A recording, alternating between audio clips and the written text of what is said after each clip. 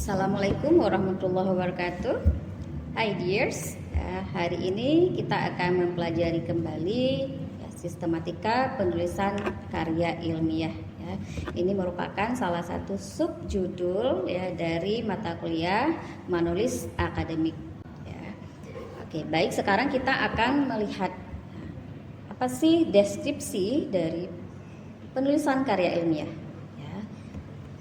Yaitu bagian terpenting dalam dunia akademis dan profesional.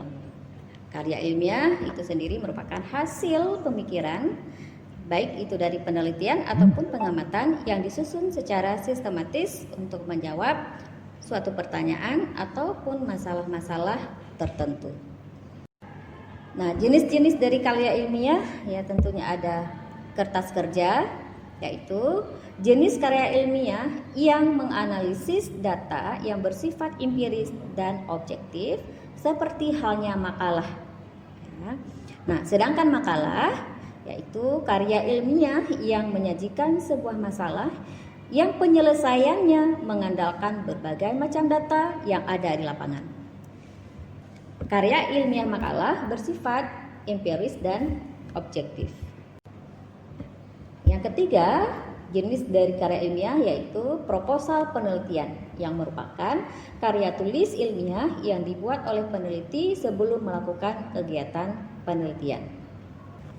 Yang keempat, skripsi, tesis, dan juga disertasi, yang merupakan karya tulis akhir atau tugas akhir yang dibuat untuk meraih gelar.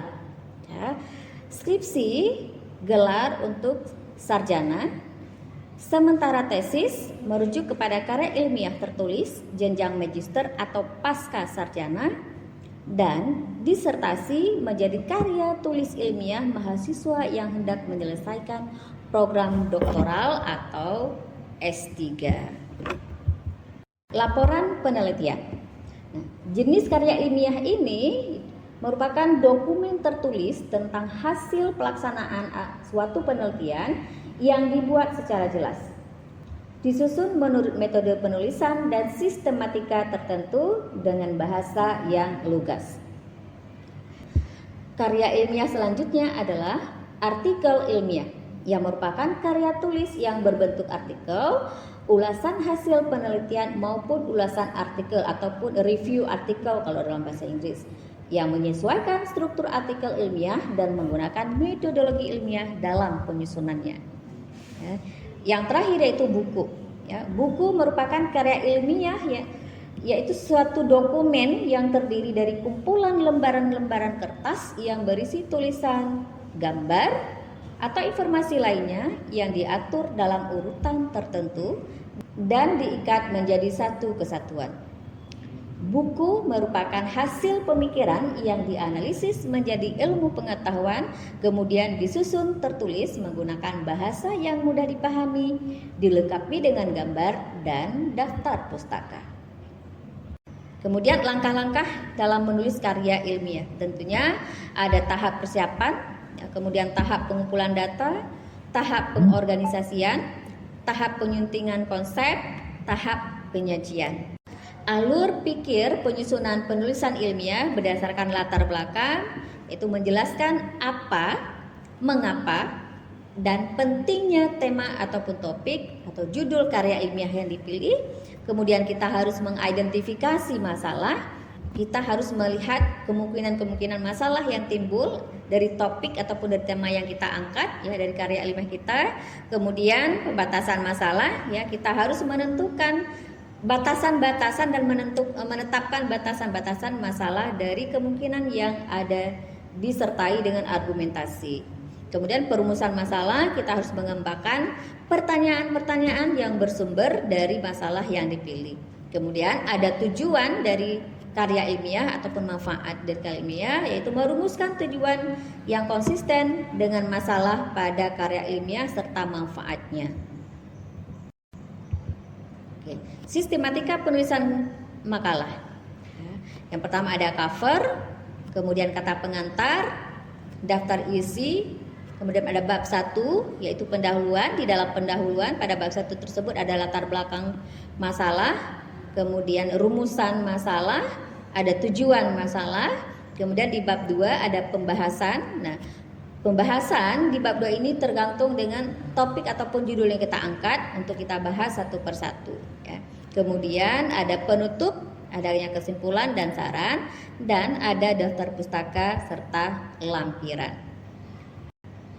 Berikutnya, sistematika penulisan hasil penelitian terdiri dari beberapa bagian. Yang pertama ada bagian awal, bagian A, yaitu halaman sampul, halaman judul, halaman pengesahan, pernyataan keaslian tulisan, kemudian ada pengantar, abstrak, daftar isi, daftar tabel, daftar gambar, daftar lampiran. Bagian B yaitu bagian utama, bab 1 ada pendahuluan. Di pendahuluan ada latar belakang penelitian, rumusan masalah penelitian, tujuan penelitian, hipotesis atau hipotesis penelitian untuk jenis penelitian kuantitatif yang menggunakan experimental research, kemudian manfaat penelitian dan definisi operasional. Di bab 2 ada kajian pustaka ataupun teori landasan. Nah, di sini juga kita harus membahas berdasarkan topik ataupun judul yang kita pilih ya, teori-teori landasan tersebut. Kemudian di bab 3 ada metodologi penelitian, ya ada pendekatan penelitian dan jenis penelitian. Kemudian ada rancangan penelitian, lokasi dan setting penelitian, data dan sumber data, teknik pengumpulan data, teknik analisis data, keabsahan data. Bab 4 membahas hasil dan pembahasan hasil penelitian. Ya, di poin 4.1 hasil penelitian, poin 4.2 pembahasan. Kemudian di bab 5 ada penutup, yaitu ada kesimpulan dan saran. Berikutnya ada daftar pustaka, lampiran, dan halaman riwayat hidup. Sistematika penulisan artikel jurnal ilmiah ada 2. Yang pertama berdasarkan penelitian, yang kedua berdasarkan kajian pustaka. Ya, berdasarkan penelitian, sistematikanya adalah ada judul, nama penulis, alamat email, instansi, abstrak, kata kunci. Kemudian di poin A ada pendahuluan yang di dalamnya ada latar belakang, masalah, dan tujuan dari penelitian. Kemudian di poin B ada teori landasan yang membahas teori-teori terkait dengan judul yang kita angkat. Kemudian di poin C ada metode penelitian. Kemudian di poin D ada hasil dan pembahasan. Kemudian di poin E simpulan dan saran, dan juga daftar pustaka. Nah, sedangkan sistematika penulisan artikel jurnal ilmiah berdasarkan kajian pustaka, yang pertama ada judul, kemudian nama penulis, alamat email, instansi, abstrak, kata kunci. Kemudian di poin A ada pendahuluan, yaitu latar belakang, masalah, dan tujuan dari penelitian. Kemudian poin B ada pembahasan, yaitu yang membahas terkait dengan subtopik ataupun kajian-kajian berdasarkan topik ataupun judul yang diangkat. Kemudian poin C yaitu simpulan dan saran, dan juga daftar pustaka. Jadi yang membedakan antara sistematika penulisan artikel jurnal ilmiah berdasarkan penelitian dan berdasarkan kajian pustaka terdapat pada metode penelitian. Di sistematika penulisan artikel jurnal ilmiah berdasarkan kajian pustaka tidak membahas metode penelitian. Dalam menulis karya ilmiah, adik-adik harus menggunakan bahasa yang ilmiah. Yang pertama menggunakan kata impersonal. Di sini kita tidak boleh menggunakan kata ganti saya ataupun kami. Ya, dalam penelitian kita harus menggunakan kata peneliti.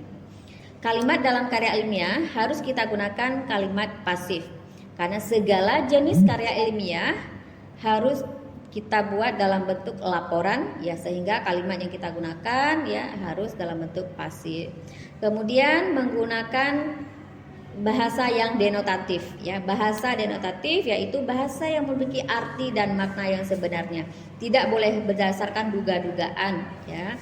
Yang terakhir adalah menggunakan bahasa yang reproduktif.